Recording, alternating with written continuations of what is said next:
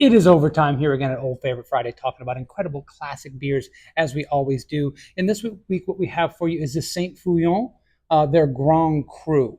Now, this is a beer that, for a brewery that's been around since the 1800s, is relatively new for them. This has only been around for about 15 years, since about 2010.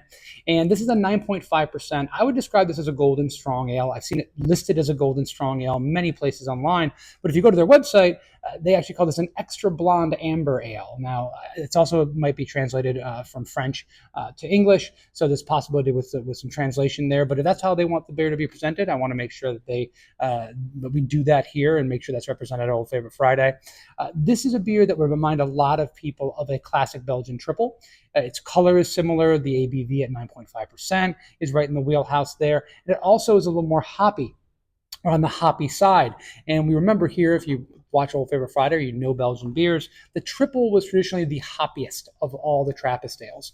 Now, this probably turns that hop presence up just a notch, right? We're not looking for IPA level bitterness or hop flavor, but it's definitely higher than most Belgian beers that I regularly drink. So we get that herbal, that grassy, that floral. Those flavors are really coming through in here. No, passion fruit and pineapple like an American IPA. You have the old world hop profile, which I absolutely adore, and is usually muted, or not muted is not the right word, but usually played down in the styles of beers that utilize those hops. So they don't really come to the forefront. You don't really get to taste those so much. We use similar hops to this in our double and in our quad and in our triple, but they don't really come forward because that's not what that beer is trying to do. So it's really refreshing and really great to try these classic old world hop profiles in a beer that features them kind of prominently, to go along with a nice malt backbone, to go along with the Belgian yeast strain that's adding some fruit flavors and some esters. And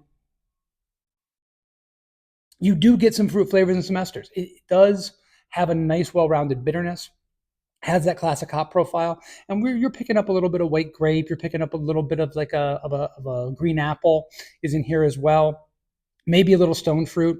But the feature really here is some nice malt flavor, a little bit of caramel, a little bit of honey, and then having that hop profile and having that fruit flavor kind of support that, which is not typical for a triple. Well, I shouldn't say that, because many breweries do their triples in unique ways to themselves, but I would say that the hop profile here is higher than that. So I can see why they went with the designation Grand Cru to make this beer, to feature those flavors.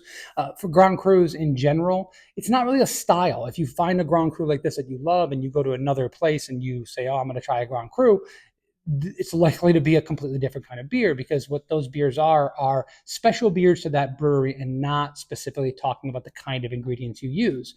For instance, at Barrel of Monks, we do a Grand Cru every year. It's never the same recipe twice. It could be a dark strong ale this year, a Scotch ale next year, and an Imperial Saison the next year.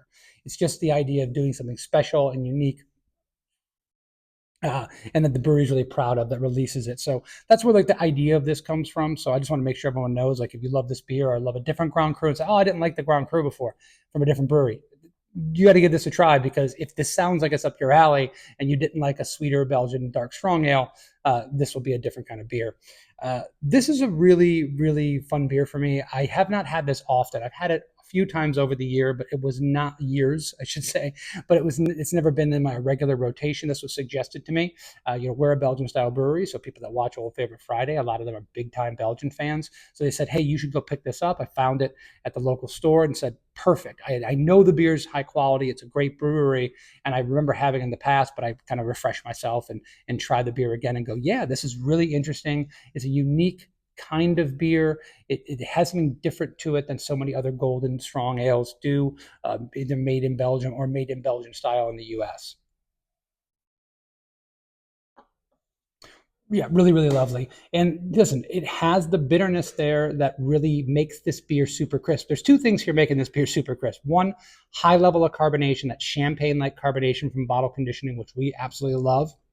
And I mean, in some ways, it's really a necessity for a style of beer like this. And then you have that nice, well integrated, mellow hop bitterness, making this thing just so crisp and so clean at 9.5%. It's ridiculously drinkable because of those two things, which is fantastic. Uh, Talking about food and beer pairings, like we always do, we are big foodies here, and trying to understand that you can pair beer with food just like you can pair wine with food. I can see this going really well with something like a scampi, pasta, because scampi is going to be heavy in garlic and butter, and this has the body and that bitterness and that carbonation level that cut through all those fats and really refresh the palate while adding this herbaceous nature to that dish, which is really, really nice. You know, adding something that the dish might not have to round out the flavors of the dish. Another thing that go really well, I always say that triples in general go really well with kind of like Thai food and things of that nature, sometimes some Indian food. I think you could pair this in some ways like a triple. What I'd like to see this with would be like a Thai basil chicken. I like playing off the herbs, right? So adding something, the dish has a little bit of herbs to it, but you're giving it something else to round out that herby flavor. This will go really well with food that has a little bit of heat and richness because it can cut through all those fats. So two things that would go pretty well with this beer, but there's a lot of different things out there: triples, golden strong ales, beers like this, or as they call it, an extra blonde amber.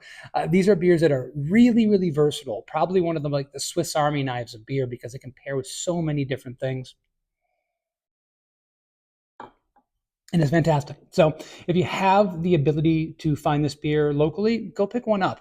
This also, because it's bottle conditioned, because it's 9.5% in the style, it'll also age really well. So you can kind of see how this beer ages over time.